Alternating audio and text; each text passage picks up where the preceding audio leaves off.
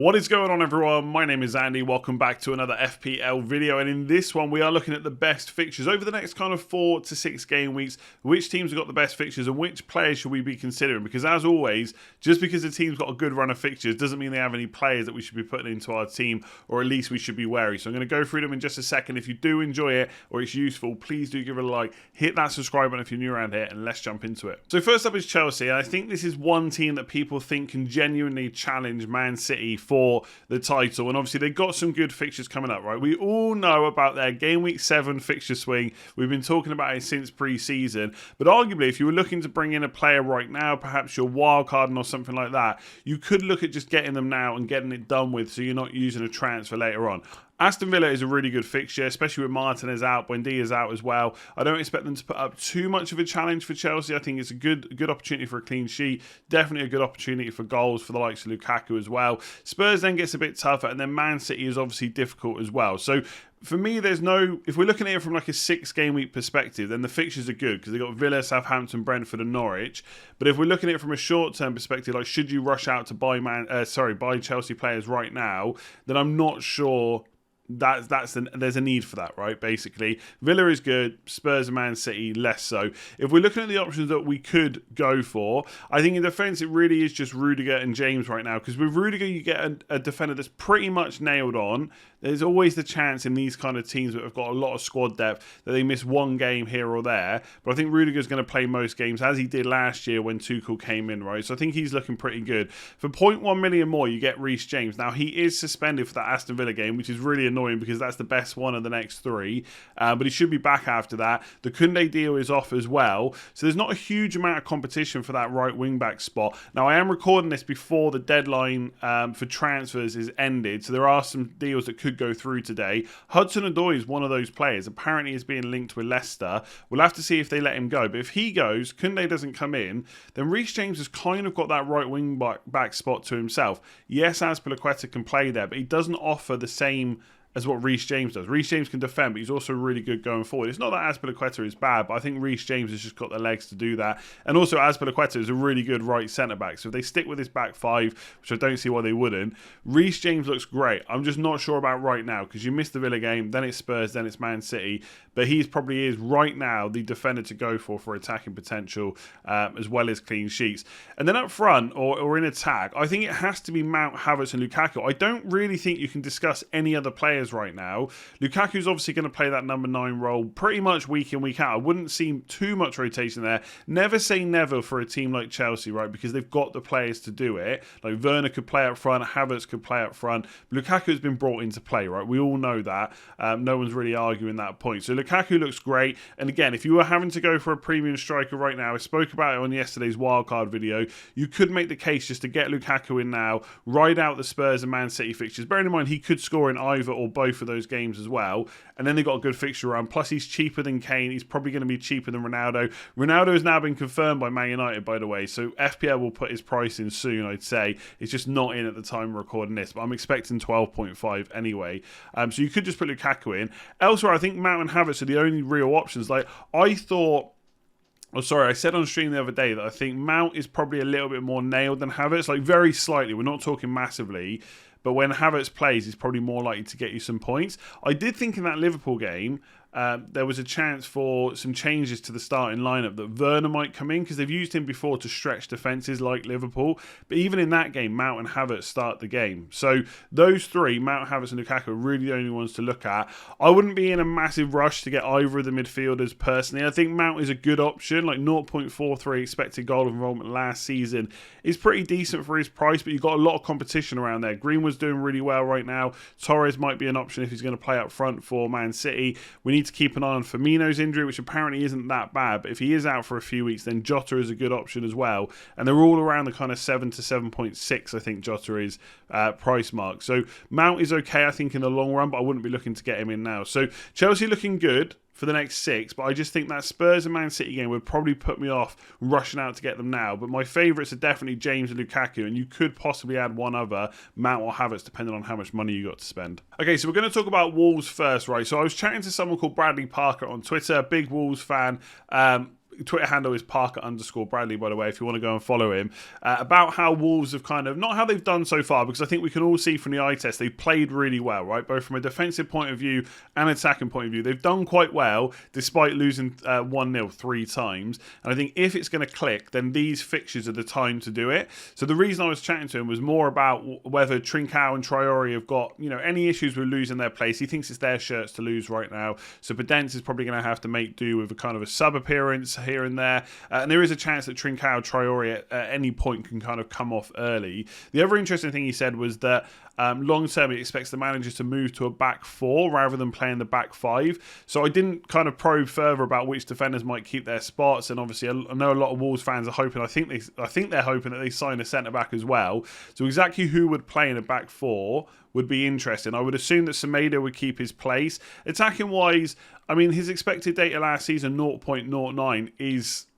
It's fine, but it's nothing special, right? It's nowhere near the likes of Shaw and Luka Dean and players like this, and which I guess is reflected in the price, right? He started at 5 and he's gone down to 4.9. So he's possibly a good option there because he's nailed, and I guess the fixtures could mean that he attacks a little bit more, potential for assist, goal return, or whatever it might be. But ultimately, he hasn't been super attacking. So I think we maybe need to. I would probably have him in a wild card if I was wildcarding right now. But we probably need to temper our expectations when it comes to attacking threat. Cody has pretty much always been nailed. Again, not really too much attacking threat from him. And he's only 4.5 million. But if they do go to a back 4, they've got a lot of centre-backs they could play. And who knows if the manager might fancy someone else. I would assume that Cody will keep his place, but we just don't know. And I just don't think it's necessarily worth going there when you can get Semedo for 0.004, I should say, extra. So that's the defence. In attack, like Jimenez, I've just got slight concerns over him because do you know what? It probably is because he hasn't scored yet. So part of me is worrying about that.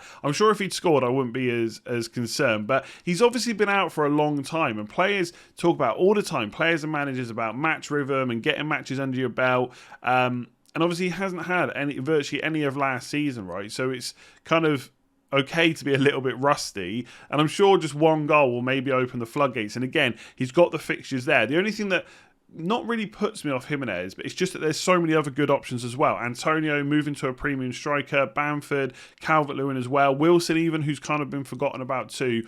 And a lot of people have got Tony, etc. Pukki, for example, for Norwich might be an option too as well. So I'm not saying they're necessarily better than Jimenez. I mean, when you look at the fixtures, I don't think there's a team, like we're going to talk about other teams today, but I don't think there's a team that's got that good a run of fixtures as Wolves do. So if someone said to me, I'm going for Jimenez, I'll be fine with it. Like, his numbers from last year weren't great, but he also didn't play many matches, and we've seen him do better before as well. So I do like Jimenez. I just think if you didn't want to go for him, there are a bunch of other options.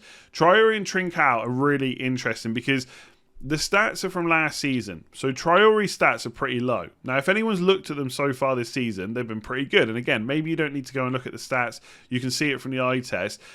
There probably is a middle ground. I don't think he's suddenly gone from 0.26 expected goal involvement. That's pretty poor, really, for an attacker, to up to like 0.5, 0.6. I don't think he's suddenly become that player, but maybe there is a middle ground where he's around a 0.4, a 0.45 or something like that, and he could be a decent buy at 6 million. Again, I think if I was wildcarding or if I'm looking for a cheap player right now, I don't think he's a bad punt at all. Trincao has kind of done it last season, 0.52 expected goal involvement. Different team, of course, but he did it over a lot more games, whereas Traore played a lot of games and has never kind of reached those heights. So I still have my doubts, and he does get into the best, or sorry, not the best, but some good positions and just doesn't take his chances, Traore. So I'm not kind of put off him, but I do wonder, part of me thinks, is it just trying to be too clever by going for Trincao instead? But he's a little bit cheaper, and maybe the talent in front of goal is a little bit better. Again, he hasn't got any points yet either in terms of attacking returns. So maybe that's just, again, trying to be too clever. But I think if I was wildcard and I'm looking to bring in a £6 million midfielder right now, they'd probably be the two that I would look at. You could still go for Benrahma. West Ham just signed Vlasic. Maybe he's going to take some minutes off Benrahma. We'll have to wait and see. But there's not too many options around 6 that are standout. So if you didn't want to go for Harrison or someone like that, then Traore or Trincao are probably the best. I think right now, if I was picking, I probably would go Traore, but I wouldn't be surprised if Trincao ends up doing better. But I like Wolves. I think the fixtures are good enough to go for a defender, to go for an attacker as well. It's time to jump on. Those performances are going to result in decent returns soon. So Everton definitely a side to be looking at right now. A bit like Chelsea, they got 4 really good fixtures in the next 6. You could say that West Ham isn't that bad either. But more importantly, their good fixtures are right now. Burnley at home, Villa away, Norwich at home. They are 3 really, really good fixtures, and Calvert-Lewin looks brilliant for them. Now, at the time of recording again, I keep saying that a lot. Obviously, we're in international break. There's a long time until the deadline. He has pulled out of the England side with an injury, right? So we have to wait and see whether he's fit and available. We might not find that out until a press conference very close to the deadline. But Calvert-Lewin looks great for 8.2. He may also rise to 8.3 at some point soon. But I think I've put Richarlison on the list, but realistically, I just don't think Richarlison is an option at all.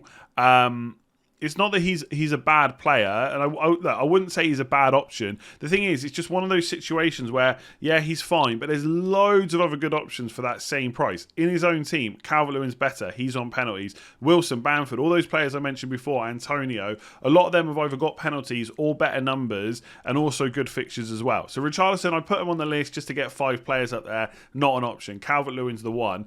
In terms of kind of cheaper midfielders, Gray and Decore, there's a lot of hype around Decore. I'm just not buying it. Like, I know that he's done that job for, I think it was obviously Watford. I'm trying to remember which club he was at before, where he kind of played that number 10 position, but it was more like a box-to-box, right? So he did get in and around, did get a few attacking returns. I'm just not sure it's going to be enough to warrant spending a midfield spot on a 5.5. And if you consider that a lot of people are either on 3-5-2 or move into 3-4-3, and you've got Salah, maybe got like a 7.5 million midfielder, maybe like a Rafinha, a Benrahma, maybe a Wolves midfielder. Like, where does Decore fit in? I just think, sure, he might get some returns. He is a bit of an enabler, but you can get Gray for 0.1 million more. And I was looking at Gray's numbers. So this is all from last season, right? And with him, he's never really had like a run of kind of 30 plus league appearances in a row, like 30 plus, 30 plus, 30 plus. So the numbers are difficult to kind of gauge just how good he is, but they're not bad either. So I think if I was spending around 5.5 million at the moment, Gray is probably the one I would go to. But again, I do think there's a lot of midfielders at 6 plus, which are probably better, worth looking at. But don't write Gray off for something you've seen before. I think he's playing, he's running at defences, that's causing them problems. And obviously, sometimes we see players, they finally get a chance in a Premier League team. The manager has faith in them, essentially, plays them, and they do really well. So Gray could be that player. Like, a lot of us ignored Lingard last year, for example. Same thing happened. He did really well in that West Ham team. New lease of life almost. So I wouldn't, again, I'm probably not going to buy Gray, I'll be honest. So I think 6 plus million, there's a lot of midfielders to choose from, maybe with a bit more provenness in the Premier League. That's not even a word, but you know what I mean. Like, just slightly better options for 0.4 million and a little bit more. But if I was buying someone around 5.5, it'd definitely be great. Decore, just wouldn't think about it at all, if I'm being completely honest. And then if you want a defender, then Luca Dean. I don't actually think the fixtures coming up are that bad for defensive returns. Burnley and Norwich in particular are pretty decent. And Aston Villa away could be, although you've got Danny Ings there as well. So yeah, maybe Pukki will score something when they play Norwich. But if you're going for a defender, I think it has to be Luca Dean. I know Holgate's played a couple of games already, but if Mina's back, then that could be an issue. So I wouldn't really be looking at their other defenders. I don't think they offer enough potential in defence and then attacking returns. You've got to go for Luca Dean. But again, if I was wildcarding right now, rebuilding my team, I don't think he'd really be at the top of the list. If you've got him, perfectly fine to keep. Don't think I'd be looking to bring him in. Realistically, Calvert-Lewin's the only one I really want from Everton. Maybe Gray if I need an enabler, but I'd try and find a little bit more money, I think. This is going to be fairly quick, right? I think the fixtures are there for Arsenal. We've known about these fixtures. Well, we've known about all the fixtures for a while, of course, but we've talked about how, like, some people would have started with Ben White. You play him in game week 1, you bench him for 2 and 3, and then you play him in game week 4 onwards because the fixtures are good. And they are. Norwich, Burnley, Brighton, Palace, and Villa all to come in the next 6. And I wouldn't completely write Arsenal off just because of the bad start they've had. But as I said on stream the other day, I just don't really know what Arsenal are right now. If you look at the lineups they've played in the first 3 games, there's a lot of changes in attack, a few changes in centre-back, and I know some of this has been caused by injuries and illness and COVID-related issues as well. So it's not like Arteta is just playing around with his team for the fun of it. But even Kolasinac made it into the team the other day. Like, what is going on there? Now, there's all this talk about Maitland-Niles, how they've refused to sell him, but they're also now refusing to let him train with the first team. And something is just not quite right at Arsenal. So I look at these fixtures and think, yeah, there's potential for returns there. They're not going to keep losing games. Arsenal obviously are not going to get relegated. They're going to be absolutely fine. But then you look at the list of players I've put on the screen. You could consider other players, Smith Rowe, Pepe maybe if he's fit, Lacazette. Who knows who's going to play week in, week out. But then you think, which of these players am I really going to put in my team over all the other options we got? So Aubameyang takes up a forward spot for nearly 10 million. No way. No way at all. Right? I'd rather find the money for Lukaku, or I'd rather just get a Bamford, a Calvert-Lewin, an Antonio, or a Wilson, someone like that. So Aubameyang, not an option. Again, I'm not saying he can't score against Norwich and Burnley. They're two weak defences, and I would expect Arsenal to score goals. But you're thinking about them from which other players could I go for point of view. Odegaard and Smith Rowe, to be fair, could be on here as well. Again, 5.5 million. I'd probably rather go for Gray. I'd probably rather spend the extra money on Trincao, Traore, or someone like that. Even Sarr, a Watford could be an option too. I just think Odegaard and Smith Rowe, right, good players, right, and we're kind of differentiating here between good players for Arsenal versus good FPL options. I just don't think they're going to score enough goals. They're more likely going to rely on assists, and I don't think they're going to get enough to make them worthwhile for a spot in our team. So no options. Saka would be someone I'd prefer because I think he's pretty much nailed in that team. No matter what formation they play and which other players play, Saka's going to be in there. So if I was going to go for a midfielder, and I've said this all along, it would be Saka. But again, you're spending 6.3 million. Are there better options? Rafinha is only 0.2 million more. We just talked about a lot of defenders that are less money as well. We just I don't know. I feel like Arsenal aren't functioning very well right now. And again, they've had two hard fixtures, so it's tough to just write them off. I just don't know why you go there right now. It just doesn't seem right, does it? And then in defence, White obviously hasn't played now because of COVID stuff. Should be back for Game Week 4, I would imagine. I think Tierney's the one if you want to spend. Like versus Semedo, you could make an argument to go for Tierney. But you're hoping that a lot of things click together. They get a centre-back partnership going. They start playing a solid, consistent team. And you don't have to play the same team week in, week out, right? We see Man City, Chelsea, etc. change quite often in certain positions. But I think with Arsenal, they just need some consistency right now. So I'm just going to say, fixtures are good. I'm avoiding Arsenal completely. Yes, there are possible gems in there, Saka and Tierney, but I just don't see why you go out of your way to buy them right now. Okay, so let's talk about Leeds. Now, I should have probably said at the start about the fixture colour coding, because a few people have mentioned it on a few videos. One person even said I was slandering Aston Villa, but the colour coding is based on underlying stats, right? So I'm not necessarily looking at what the FPL site has the fixtures down. I'm doing my own one based on stats, right? So it's pretty objective. I'm not looking at this thinking, Christ, I hate West Ham or I hate Watford, therefore they're that colour. I use the same system for pretty much every single team, right? Now, West Ham, you could say they've conceded 5 in the last 3, in the first 3 games, I should say, and therefore they might not be pink, but this is more general because we're talking about attackers and defenders. So West Ham were a pretty good attack and a pretty good defence last year, but you could apply some context that things haven't gone quite well in the defensive department so far. Plus, obviously, Leeds are a great attack, so that might actually be a nice enough fixture. Either way, they definitely have 4 good fixtures in the next 6. Once Liverpool is gone, they've got a really good fixture run up until like game week 10 or 11. So they're good long-term holds. Some people obviously are a bit concerned with what's happened with Leeds so far. Clean sheets obviously not there, but I don't think they were really to be expected in general anyway.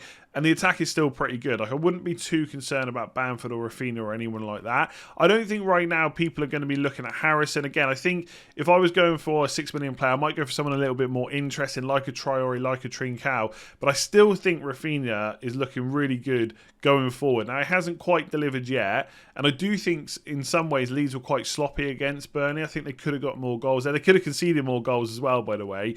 But I think Rafinha for 6.5 is probably still the standout option with the fixtures that are coming. And Bamford, the only real reason we're not massively looking at Bamford is because there are so many other options that are also performing well. And that's completely understandable, right? I don't think you want to get Bamford in versus Liverpool now if you don't already own him, when you can get Calvert-Lewin or you can keep Antonio or whoever it might be, as I always say. But he has got some good fixtures coming up and he is on penalties. His underlying numbers were good last year. They're already looking okay this year as well. So I wouldn't expect him to, or I wouldn't be surprised if he got some really good returns over the next kind of 6 fixtures.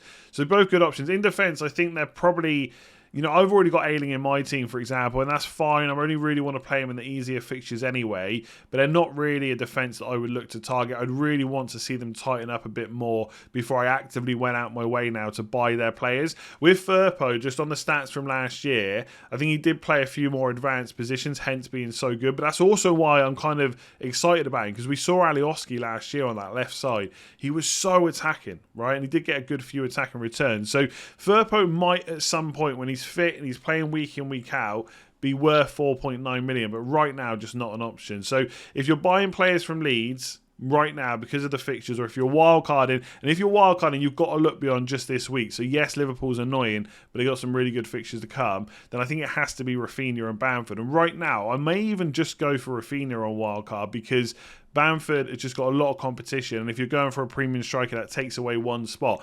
If you weren't going for Lukaku or you weren't going for Ronaldo, I would say the best forward line going forward is probably, no pun intended, Antonio, Calvert-Lewin and Bamford. I would probably ignore Jimenez and Wilson for now, even though they're good options. I just think those three, you get two of them at least are on penalties. We don't know with West Ham, but I'm going to assume that Antonio doesn't take the next one. It wasn't really a very confident penalty, I didn't think. But also they got really good underlying numbers and really good fixtures as well. So they're the three I'd go for if you're not going for a premium. But I think that premium spot kind of knocks Bamford out of the thinking, and therefore it's probably just Rafinha right now from Leeds. So there we go. That is it for this one. Thank you very much for watching. If you found it useful or you did enjoy it, do give it a like and hit that subscribe button if you are new around here. Obviously, recording it in the morning of the deadline day for transfers. So there might be some transfers that come in that I haven't spoken about, and obviously we might do another video on that either tonight, possibly a stream, or a video tomorrow, but I'll touch on it at some point over the next couple of days. And obviously I've said like Koundé's not coming to Chelsea, but I guess they could still sign him, right? That might change my opinion and thoughts on players, but I do think Reece James just looks good in general. Let me know who from these teams you're going for. Who do you think I've written off that I shouldn't do, and which other teams have I missed out? Leave a comment below to get involved with that. And if you haven't checked out Patreon, patreon.com/letstalkfpl, link in the description if you want a few extra perks and benefits. I'll be setting up the September League soon if you want to get involved with that. There's some prizes on offer. The August League is all sorted now, but obviously we'll have a new mini league every single month. So I'll leave it there. Thank you for watching. Hopefully you did enjoy it. Give it a like, hit that subscribe button, and I'll see you again soon.